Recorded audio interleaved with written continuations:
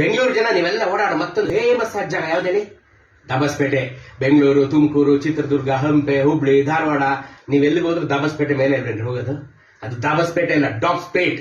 Major ಡಾಬ್ಸ್ 1834 ಅಲ್ಲಿ Tumakuru assistant commissioner ಆಗಿದ್ದವನು.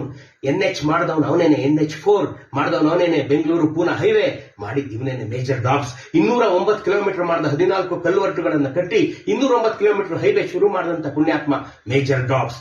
ದೇವರಾಯನ ದುರ್ಗದಲ್ಲಿ ಮೇಲ್ಗಡೆ ತುತ್ತಿರೋ ಒಂದು ಪೊಲೀಸ್ ಬಂಗ್ಲೆ ಇದೆ, ಈಗ ನಿಮ್ಮನ್ನ ಯಾರು ಬಿಡಲ್ಲ, ಅದು ಪೊಲೀಸ್ ಕಂಟ್ರೋಲ್ ರೂಮ್. ಈಗ ಅದನ್ನು ಕಟ್ಟಿದ್ದು ಇದೆ ಮೇಜರ್ ಡಾಬ್ಸ್.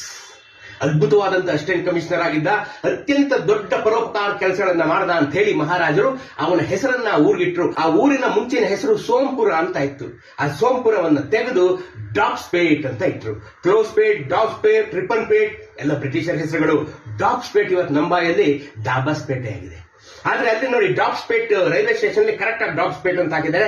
ಪಕ್ಕದಲ್ಲಿ ಒಂದು ಸ್ಕೂಲ್ ಆಫ್ ಕಾಲೇಜ್ ಇದೆ, ಅದರಲ್ಲೂ ಕರೆಕ್ಟ್ ಆಗಿ ಡಾಬ್ಸ್ಪೇಟ್ ಅಂತ ಹಾಕಿದ್ದಾರೆ. ಇನ್ನು ಮುಂದೆ ನೀವು ಅದನ್ನ ಡಾಬ್ಸ್ ಅಂತ ಕರಿಬೇಕು, ಡಾಬ್ಸ್ಪೇಟ್ ಅಂತ ಕರಿಬೇಕು. ದಾಬಸ್ಪೇಟೆ ಓಡಾಡ್ಬೇಕಾದ್ರೆ ಮೇಜರ್ ಡಾಬ್ಸ್ ನೆನ್ಸ್ಕೊಳ್ಳಿ. ಆ ರಸ್ತೆ ಮಾಡಿದವನು ಅವನೇ, ಆ ಪುಣ್ಯಾತ್ಮ ಮೇಜರ್ ಡಾಬ್ಸ್. ಅವನನ್ನು ನೆನ್ಸ್ಕೊಳ್ಳಿ ನೀವು. Major Dobbspet alias ದಾಬಸ್ಪೇಟ್.